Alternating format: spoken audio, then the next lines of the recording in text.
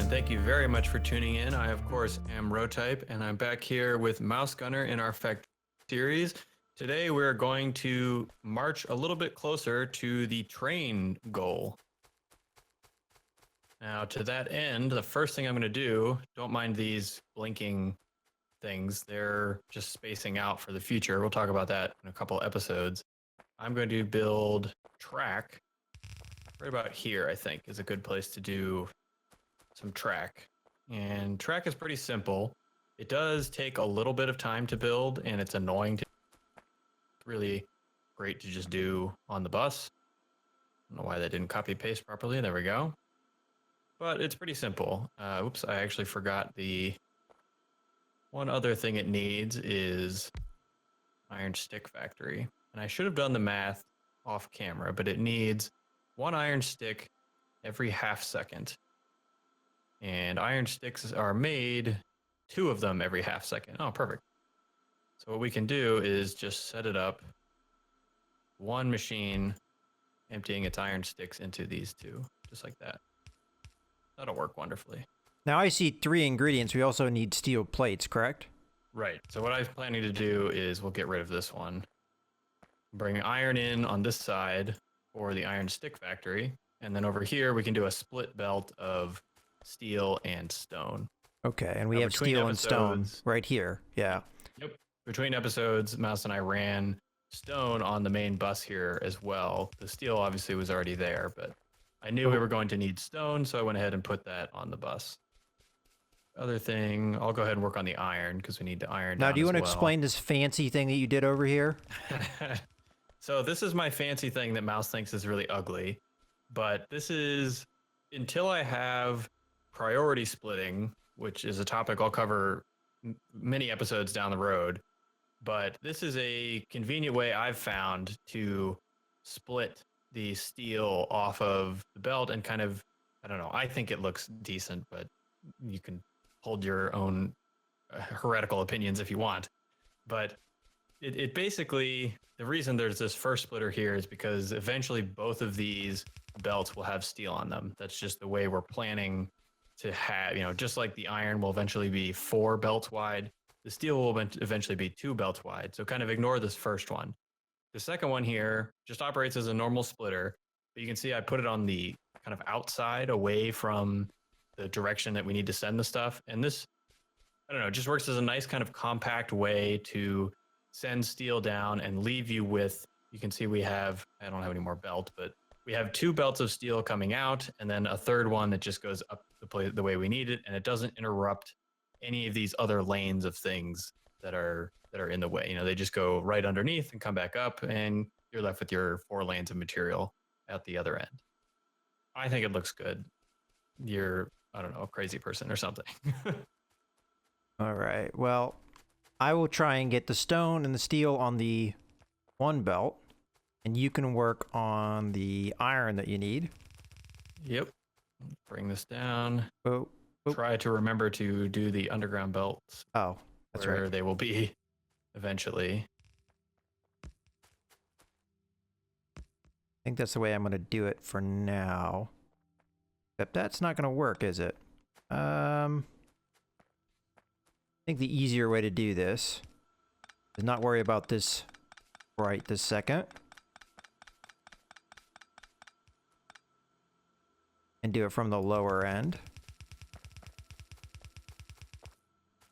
Matter of fact, I guess we don't really need this splitting at all. It's probably not efficient for the moment. Oh, that, yeah. I mean, it doesn't really do anything when the one lane is backed up all the way, but yeah, eventually it won't even exist because we'll just be feeding it way back from the beginning.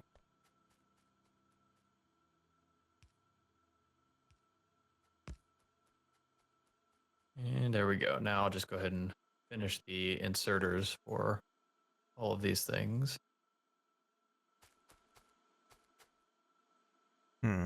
Okay. I guess I'll do it your way. I mean, feel free to come up with a better way. No, that's not my job. My job is to just complain. Ah, well, nothing I can do about that. That's not quite where I want it.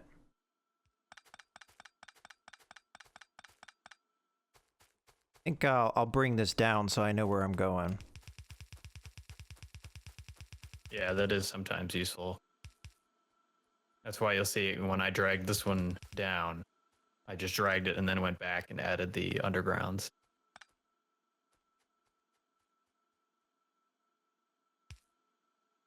And this will all be powered like this.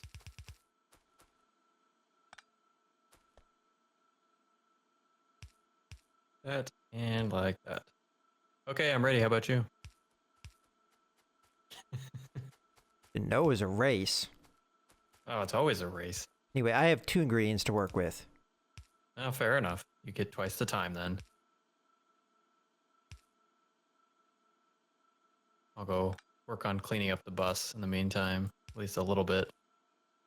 Oh, no. Nobody saw that. Shh.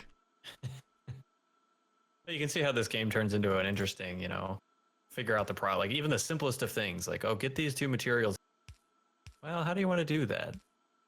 There we go. Actually, we never finished getting green circuits to the electric engine unit factory. Go ahead and get that in as well. Which we don't really need for trains, but let's see. Oh, are you done? Yeah. Okay, so we have a bunch of rail being made. And if I look, oh, why is it not picking up steel?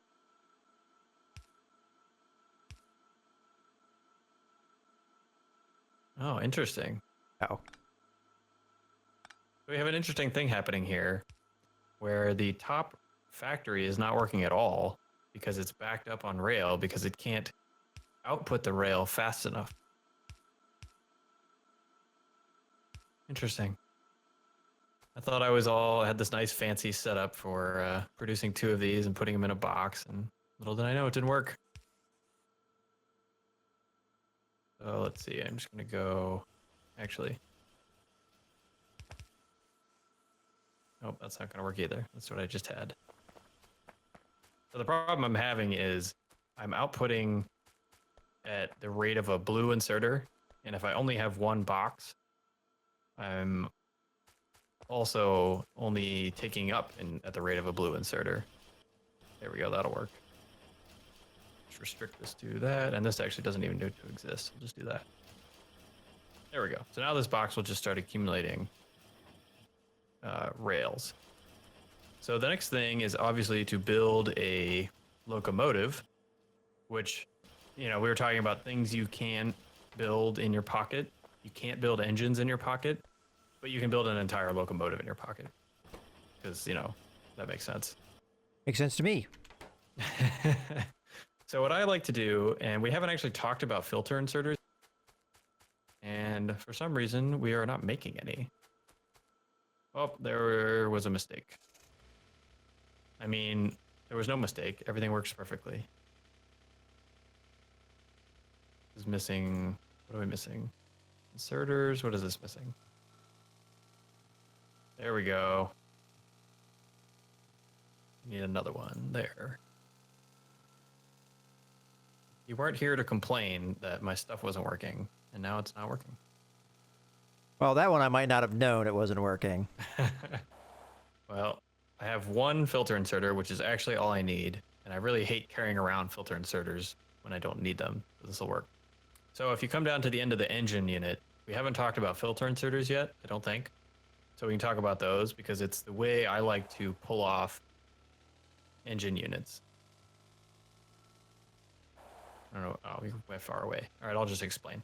Well, I'm coming. So we have this belt here with the engine units on the one side and the green, because I was talking, I think it was last episode, that this is the most convenient way that I found to run everything you need for these electric engine units. Now, I want to put engine units in a box because I want to be able to pick them up when I need to. So I put down this purple inserter, and if you click on it, you can tell well, first of all, you can see it's not doing anything right now. It has power, it's just sitting there. You click on it, you can add a filter and tell it exactly what you want to pick up. So I just want it to pick up engine units, and it's just going to leave those green circuits there. Well, now it's not. Jerk. But yeah, you get the idea. It'll just pick up exactly what you tell it to.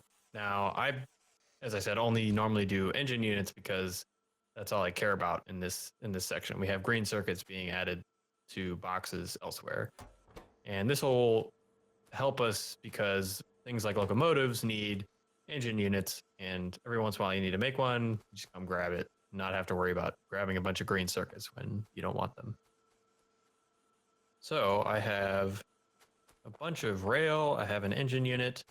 The next thing I need to make are cargo wagons because, well, actually, so the train's not going to go here, but I'll just put it here to show you what it looks like. So this is a train. Obviously, you can't carry anything around with the train, so you need cargo wagons to do that. I'm going to make one in my pocket to show you what it looks like. And as it's done, make some gears first. There we go. So you just attach these cargo wagons to the back. They conveniently are made with the same set of materials that we did in our kind of Omni area up here, all these other like random things. So I'm just going to add them right to the end of this. I'm going to say, make me cargo wagons. They need, let's see what all they need. Iron plate, iron gear wheel. So iron plate here, iron gear wheel here, and steel. There we go. Run these down, give them power. No, don't have a convenient place to give them power. There we go.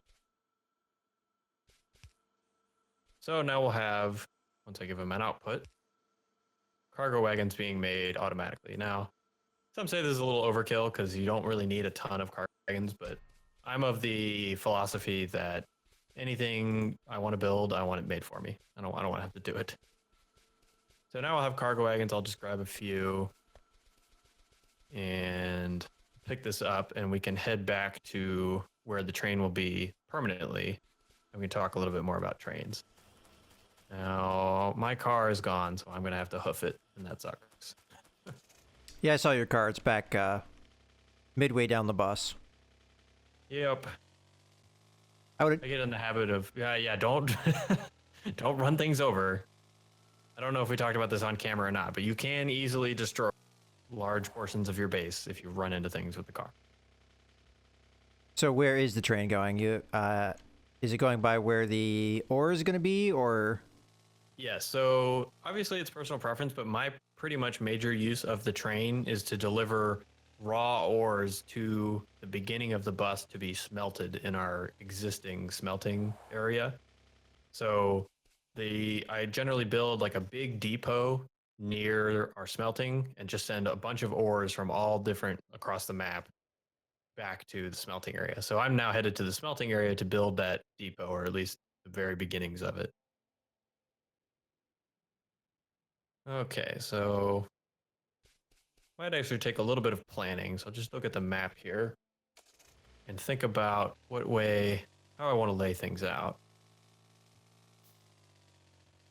I think to give myself some space, I'm going to go ahead and do it down below the stone here. And of course, I didn't build any of the other things I need, but should be able to pocket build most of them. So let's talk about how to lay rail. You just like off on your own thing, or do you want to learn how to lay rail? I'm getting resources. All right, I'll be right there. Okay.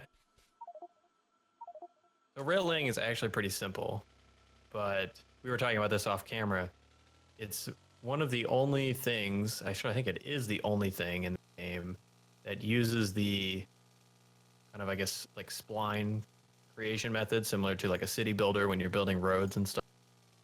I'll just lay out a basic layout, and when you get here, I'll explain. Oh, you're over there. Oh yeah, did you think I was talking about that other stone? All right. Yeah, we'll get over there eventually. Right now, this is like the drop off point that I'm building first for all of our materials. Gotcha. Oh. Shh, nobody saw that.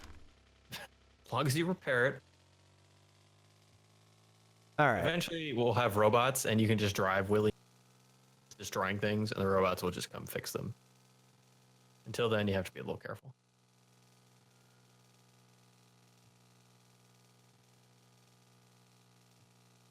Okay, so you can see I have just some some tracks laid out. Do you have some track? You want to try it and make sure I'm explaining this I don't have properly? any. I think I can drop some onto your inventory. Hold still. Doing anything? No. It's Yeah, you gave there it we to go. me. Good. So if you click the belt or your hotkey or whatever to open it, you'll see you just have one little square. Mm-hmm. Now if you put that just anywhere, it just plops one. You just have one. Now if you hover over it again with the rail selected, you'll get little green arrows. You see the green arrows? Oh, I see it.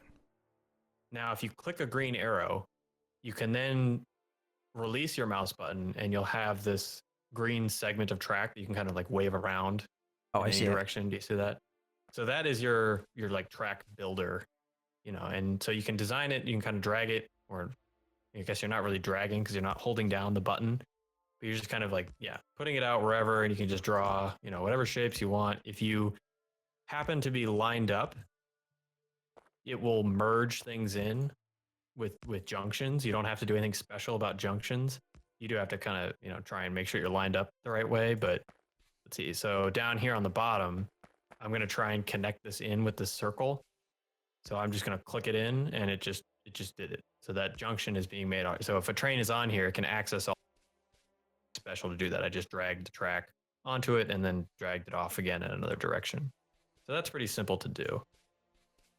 The only other thing I think I should mention, so you can start that from pretty much any track existing. You'll get the green arrows. You just click the green arrow and you'll get the tool. You can just make new junctions from anywhere. You just grab it and do it. Pretty simple tool. The other thing I'll mention at this point is if you have the green arrow and you hold shift and click the green arrow, you'll get like an infinitely long thing. It won't be shortened by your build radius, or I guess I should say your default build radius, because we have a modded build radius. So you'll be able to draw it out really, really far. So the only other thing I'll mention, I think, is that when you're dragging it around, you can push the R key to your normal rotate key, and that will shift the orientation of that last piece of track that you're building. So if you want a piece of track to be in a certain direction at a certain point, you can kind of just go to that point and push R until it aligns the way you want it to, and it will calculate the way to get there, to route the track in between your starting and ending point to make that happen. Okay, so you're going to have to re-explain something to me because I lost it. How do I get a junction going? So let's say I'm going to go down here to where we don't have this big mess. So let's come down here and we have this big long stretch of track, the straight track. Mm-hmm. Let's just say it's almost like a bus, right? You have this big long bus and I want to split off. I have my track. You have the track highlighted. You just grab the green arrow and then just drag it off. Now, how do I add, if I wanted to come over here to this and connect from this line here up to here, how would I do that? So this is where you have to be a little careful. You can take the green arrow from either end, and luckily enough, like at this diagonal is at the perfect way. So if it just continued straight, it would connect. But let's just say you're trying to connect something like over here, this one. So you grab your track. Oops, I pushed the wrong button. You grab the green arrow, and if you draw it straight, it doesn't connect, right? So you can't really do it. Like, these are so close together that the curvature of the track doesn't allow you to do an S-bend that tight. So you kind of have to know how the track bends, how close you can do it for it to actually function. So it's not necessarily like a click start, click end. Is there a reason to? I'm sorry. Is there a reason to do a switchover or anything like that? So we'll probably talk about that in the next few episodes, but there are certain track layout plans that different people subscribe to. And yeah, there are definitely, some of them involve crossovers. Some of them don't involve any crossovers at all. we haven't even talked about signals yet. So obviously, if you have a crossover, you have to make sure your trains don't crash into each other on the crossovers. And some people don't like signals. They find them confusing, which they can be. So they prefer to build tracks without any crossovers, which in some people's eyes are inefficient or just the wrong way to do them. It's all personal preference. But long story short, yes, sometimes you will get crossovers, and you have to make sure you, number one, to build them properly so the train works, and number two, signal them so your automatic trains don't crash into each other. All right, well, it looks like we're at the end of an episode. Okay, so yeah, the next one we'll definitely talk more about trains. I'll lay out some like those demo layouts that I was talking about that make a little more sense, and we'll get into signaling and stuff. But until then, my name's been Rotype. He's been Mouse Gunner. I hope you all enjoyed, and we'll see you next time.